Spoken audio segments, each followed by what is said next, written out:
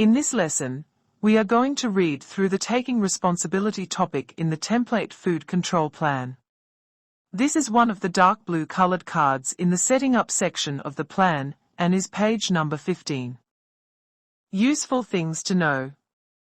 You and your staff do not need to be food safety experts, but do need to know enough to make good food safety and suitability decisions. Following this plan will help with these decisions and ensure your food is safe and suitable. Food safety is about preventing food from causing illness or harm. Food can be unsafe if it contains certain hazards. There are 3 types of hazards. 1. Biological, commonly referred to as bugs. Certain bugs, for example bacteria, can make people sick if they are in or on food. 2. Chemical. Many chemicals can make people sick if they are in or on food, for example, cleaning chemicals. 3. Physical, sometimes referred to as foreign matter. Glass, metal, plastic, or other sharp objects can sometimes get into food and cause harm. Food suitability is about knowing your food meets customer expectations and does not contain anything unexpected or offensive. It is your responsibility, as the operator, to make sure the food your business produces, handles, and/or sells is safe and suitable. You are responsible for demonstrating food safety by leading by example. Taking responsibility for food safety means understanding the possible hazards that could make your food unsafe and taking steps to keep bugs, harmful chemicals, and foreign matter out.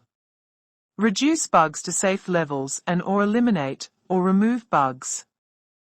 Taking responsibility for food suitability means only using foods or ingredients that are appropriate for their intended use. Labeling food correctly. Making sure any claims about your food are true and allowed. Keeping customers safe.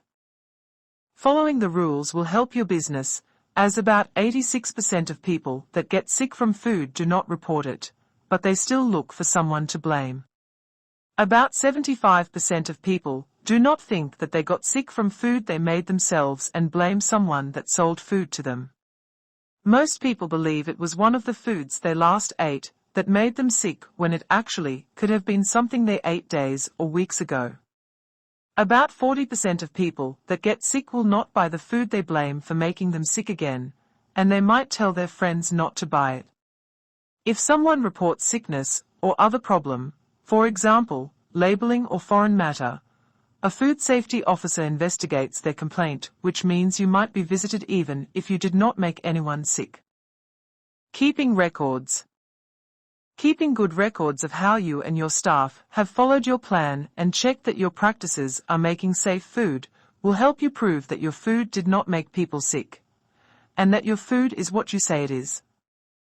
Some checks you make need to be recorded, and these are identified in the show sections of the plan. You may also choose to keep records for checks that do not need to be recorded. This can help you keep track of how well you are managing food safety and suitability. Without records, it will be harder to prove you have been following your plan to make safe and suitable food, which could lead to the following. Recalling food. Stopping sale of food. Having to make certain improvements to your processes or practices. Fines or prosecution. All of the above can cost your business in time, money, or reputation. Advice and guidance. There is helpful guidance and tools available on the MPI website, and these are all linked through this plan, or alternatively, you can access the information by scanning the QR code. You can get advice and guidance from others, for example, verifiers and consultants.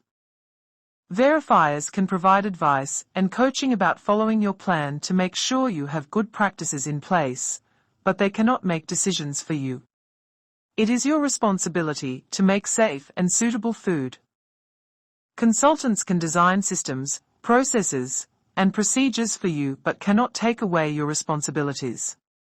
It is part of their job to help you understand how to make good decisions about food safety and suitability, especially when things go wrong. More information on consultants can be found on the MPI website by using this link, or you can scan the QR code to access the information. Rules you must follow. Assign someone who is responsible for making sure your plan is followed by completing the information, ticking who is responsible. Tick the box if it is the day-to-day manager, or if another person, write down the delegated person's name and/or position. Always follow the do and show sections of your plan.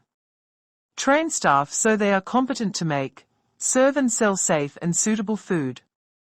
Get verified within 6 weeks after registering. You must give your verifier access to facilities and records they need to perform their duties. Keep a copy of all documents or records required for at least 4 years. All records must be accurate, easy to read, identify what was done, when it was done, who did it. Provide all records to your verifier or registration authority, that is your council or MPI, when requested. You must notify your registration authority of any change to your business, for example change of business address, before making the change.